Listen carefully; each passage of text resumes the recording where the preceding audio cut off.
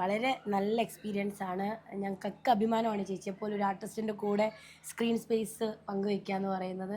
Because എല്ലാ മലയാളികൾക്കും അറിയാം ശ്രീലക്ഷ്മി എന്ന് പറയുന്ന ഒരു ആർട്ടിസ്റ്റ് ഏത് റേഞ്ചിലുള്ള ഒരു ആർട്ടിസ്റ്റാണ്. സോ ശ്രീലക്ഷ്മി ചേച്ചി ഞങ്ങൾക്കും ശരിക്കും ഒരു അമ്മയാണ്, ചേച്ചിയാണ്. ഞങ്ങൾക്കും അതൊരു അഭിമാനമാണ് ടീച്ചറമ്മയായിട്ട് ഞങ്ങൾക്ക് ടീച്ചറമ്മയുടെ കൂടെ വർക്ക് ചെയ്യാൻ പറ്റി എന്നുള്ളത്.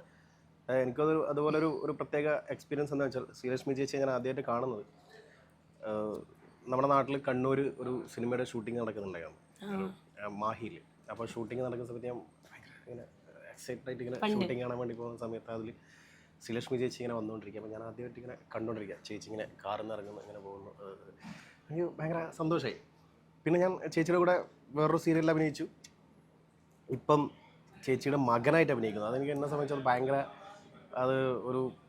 ഒരു അനുഭവമാണ്. ഞാൻ അങ്ങനെ ദൂരെ നിന്ന് ഇങ്ങനെ നോക്കി നിന്ന ഒരു ഫാൻ എന്നുള്ളൊരു സെറ്റപ്പിൽ നിന്ന് മകനായിട്ട് അഭിനയിക്കുന്നു എന്ന് പറയുന്ന ഒരു സംഭവം ഞാനിങ്ങനെ വിചാരിച്ചിട്ടുണ്ടായിരുന്നു. ഞാൻ ചേച്ചിയുടെ മറ്റേ ഒരു വടക്കൻ സെൽഫി എന്ന് പറയുന്ന സിനിമേൻ്റെ അകത്ത് നിവിൻ പോളിയുടെ അമ്മയാണ്, ഇതിലിപ്പം എൻ്റെ അമ്മയാണ്. രണ്ട് കഥാപാത്രം തമ്മിലുള്ള ഒരു ബന്ധമുണ്ട്. എന്താ അറിയോ? ആ സിനിമയിൽ ഈ സീരിയലിൽ മകൻ രണ്ടും വാഴകളാണ്. അത് ഞാനിങ്ങനെ ആലോചിച്ചു, ശരിയാണല്ലോ, ആ കഥാപാത്രം അങ്ങനെയാണല്ലോ, ഈ കഥാപാത്രം ഇങ്ങനെയാണല്ലോ. അപ്പം പാവം പിടിച്ച് ശ്രീലക്ഷ്മി ചേച്ചിയുടെ ഒരു അവസ്ഥ.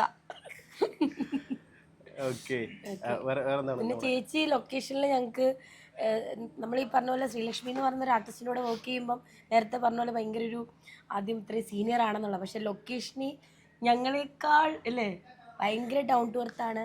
ഞങ്ങളിൽ ഒരാളെ പോലെയാണ് ചേച്ചി ബിഹേവ് ചെയ്യുന്നത്. അതുകൊണ്ട് ഞങ്ങൾക്ക് ആ ഒരു ഇതങ്ങ് മാറി. ഇപ്പം ഞങ്ങൾക്ക് ഞങ്ങളുടെ ഫേവറേറ്റ് ചേച്ചി. അതെ നമ്മുടെ ഫേവറേറ്റ് ചേച്ചിയാണ്.